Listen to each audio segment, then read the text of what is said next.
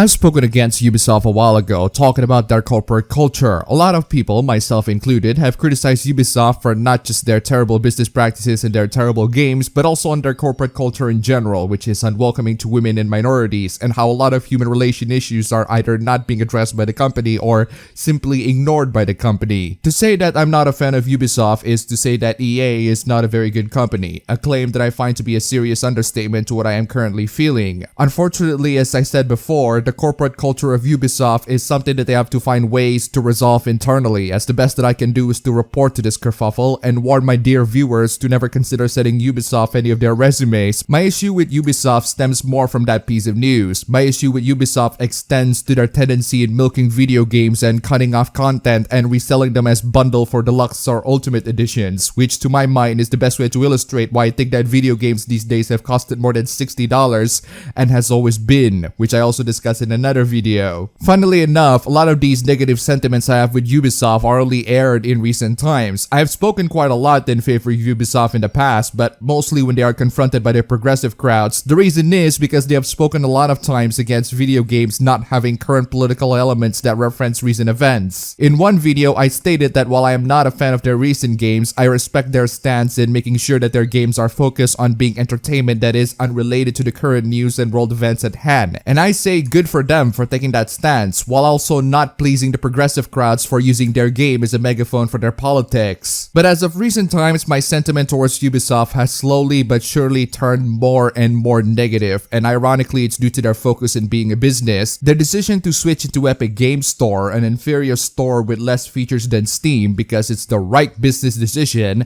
as in it makes them more money, smacks more of an attempt from them to squeeze as many profits as they can. I have also acknowledged in the past that their move in staying as apolitical as they can is a way for them to generate profit, which is a correct move for a business company to make, but that's where I think Ubisoft should have stopped. Instead, they proceed to nickel and dime the consumers by making terrible business decisions for them, and I don't see them stopping anytime soon. So when they got themselves into another trouble with the progressives, I was initially gonna put this on my streams because I don't want to give this greedy company more attention, but I find that to be a little unfair considering that their past moves in staying apolitical has been something that I praise in my past videos. So here I am in another episode of Ubisoft getting slammed by progressives for choosing to be apolitical, except instead of going to their defense enthusiastically, I'm gonna grab a popcorn and see which one of these two sides crumble into tiny little pieces. As illustrated by Forbes, Ubisoft removes insensitive imagery comparing a certain real-life political movement fighting for equality and comparing them to groups of people who love to incite terror on others, essentially painting them in a negative light. And we all know how video games really love to demonize the T. Due to YouTube's tendency of marking certain videos speaking of these issues as a sensitive topic the moment I utter the combination of those three words, I'm going to refer to this group as Blem. So painting Blem as the bad guys is not a good thing for them to do. Thing is, this is assuming that you agree that Blem is actually fighting for equality and not inciting terror on people, causing destruction left and right, and causing small businesses to cower in fear as they got their business ransacked and losing millions and millions of dollars worth of property. Personally, I think Blem has a really nice and catchy name that will jolt the spirit of every unsuspecting crowd. The name conveys a general idea that any normal human being with good morals would endorse without a doubt. But while I am in support with the general idea, as in the equal rights and justice for minorities, I am definitely not in support of whatever actions that they're trying to do to achieve that goal because it doesn't seem to make sense. As I alluded to in my last video, people who love to go out and incite riots and cause property destruction left and right the moment the police decide to abuse their power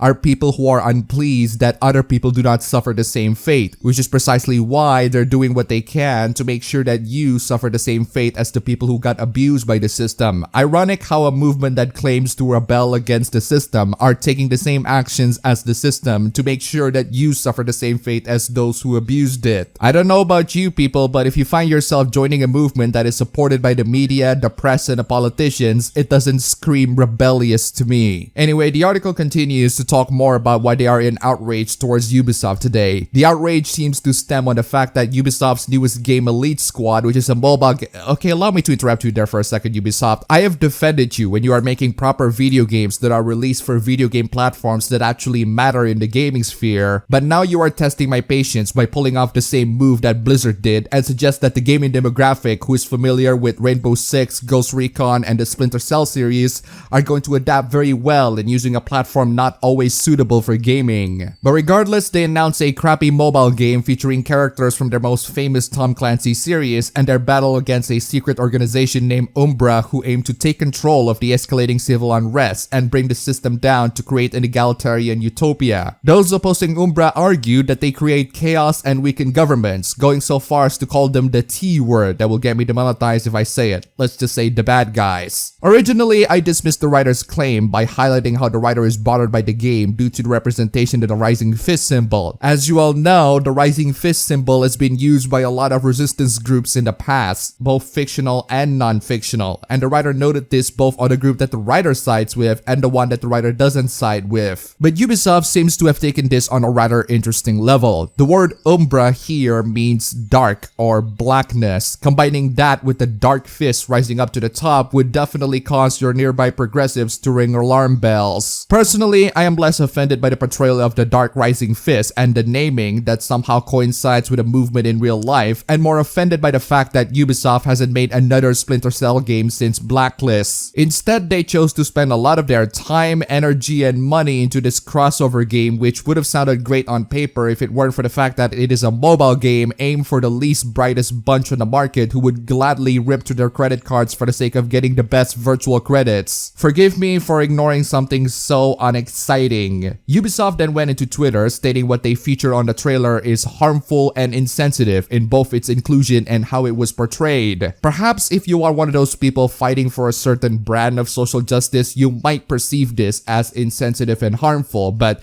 I am not one of those people. I am more of an enthusiast consumer of video games, as I explained before. The one thing that I personally find insensitive and harmful from this entire commotion is the existence of this mobile game instead of a new Splinter Cell game on Steam. But rather than dwelling on franchises that Ubisoft loves so much to tear into pieces, I would rather discuss about this move that they made. They were so adamantly against including real-world politics with their claims several months ago. Through the video games that they made, this claim is mostly consistent. This very apology has shown to us that Ubisoft is still somewhat consistent with their claim, because they did not intend this particular imagery to refer to the real world, and they would do their best to change it so that people are not reminded of it. The problem with that, Ubisoft, is that these people, as in the progressives, are always reminded of the real world when they talk about your video games. No matter what aspect you change, they will always find a way to connect it somewhat to the real world that they live in, because these people cannot differentiate between fiction and reality. If you really want to make video games with a world that somewhat parallels with the world that we live in, no one is stopping you, but you have to commit to it, and you have to tell these people to go screw themselves. That's practically what the new Call of Duty is doing, and that game costs so much higher from the progressive crowds because it contained politics that they don't like. Although that still wouldn't convince me to buy the game, Activision is quite a spineless and greedy bunch who couldn't figure out the way to optimize their game storage. The last thing I need is 200 gigabytes of an okay single-player campaign and a multiplayer that I'll never ever play. Now, I've spoken out against the inclusion of recent political elements in video games and in a lot of media a lot of times, so I have to complain about this game from Ubisoft. The thing is, despite the rather jarring connection between how the bad guys are portrayed to a real-life political movement, I can at least still somewhat disassociate that with the real world. At the very least, they did not have the movement to have B as the first letter and it rhymes with Eminem. It's still somewhat self-contained within its own universe. My issue is when you simply cannot pretend that the story takes place in a self-contained universe. My issue is when you have to associate the game's overall world with the current world that we live in. The best example for this is Life is Strange 2. At one point, one Caucasian character says that you're the reason we need to build that wall to a Hispanic character. At one point in the game, the characters have to tear down the aforementioned wall so that they can get out of America. My problem isn't just the fact that it's referencing the current political climate in a simplistic, reductive, and irresponsible way. My problem is the fact that the wall has never been established at any point in the story. At no point in the story has it ever established that the president is out there wanting to kick non-Americans off of the country, or at least in the main story. You would only know that information if you know what political climate was in current year, or maybe read some newspaper clippings that I missed or something. But if you play the game 10 to 20 years years later, not that you should because the game is trash, I guarantee you that you would be very confused in what the character meant as the wall. Let's compare that to something like BioShock. BioShock has its own established universe. BioShock has its own world and set of rules to follow. Everything that the player needs to know in order to get fully immersed with the universe is already contained within the game. You don't need to know what it's like living in that time period or that setting because the game already explains to you and shows you all of that. The game works within its own rules and its own universe and not having to rely on what's recent, which makes it more timeless. So if some very clueless Twitter warriors decide that this particular mobile game will be a gotcha for us complaining about politics being forced in video games, I have a couple of rebuttals. One, while Ubisoft is a scummy company, at the very least they tried their best to disassociate this game with the real world. It's a haphazard attempt, but at least they try. Not that they would convince me to buy any of their future games, nor would it convince me that Ubisoft isn't a spineless company that can't take a stand. The second one is that we have complained about this when this is an issue to a lot of video games before, such as the aforementioned Life is Strange, but you dismiss all of our complaints because the game has politics that you personally agree with. My issue with politics in these games that I complain about is not just the fact that they're shoved into our face, but the fact that they were done lazily and irresponsibly. If you want to include politics in your games, as long as it's done well and consistent within the story, I am cool with it. Unfortunately, not a lot of games can achieve that, and Life is Strange 2 certainly did not. Third, you people always perpetuate the notion that video games or pretty much every piece of media and everything that we do are political. You don't get to cry about something being political when you've been asking for this all this time. Forgive us for not being fair to your complaints when you yourself haven't been really fair to us. If your rule is that everything that we do is political, then so be it. This crappy Ubisoft mobile game is also political, and you don't get to complain about that just because you don't like its politics. This and the new Call of Duty are the games that you deserve. And finally, it's a freaking mobile game from Ubisoft. Ubisoft, Activision, and EA are the game companies that I drop in a pit of lava without hesitation. My ignorance stems more on the fact that Ubisoft has been quite trash as of late, and I wouldn't buy their games from their company anymore. But since this is a full video now, it's not really ignorance and more of an annoyance that I have to address. Let this be hopefully my last video on Ubisoft to tell them that I don't really care what you will do in the future. I won't buy your games. If you got into another hoopla with the progressives, I can assure you that I won't be there to defend you. You go defend yourself.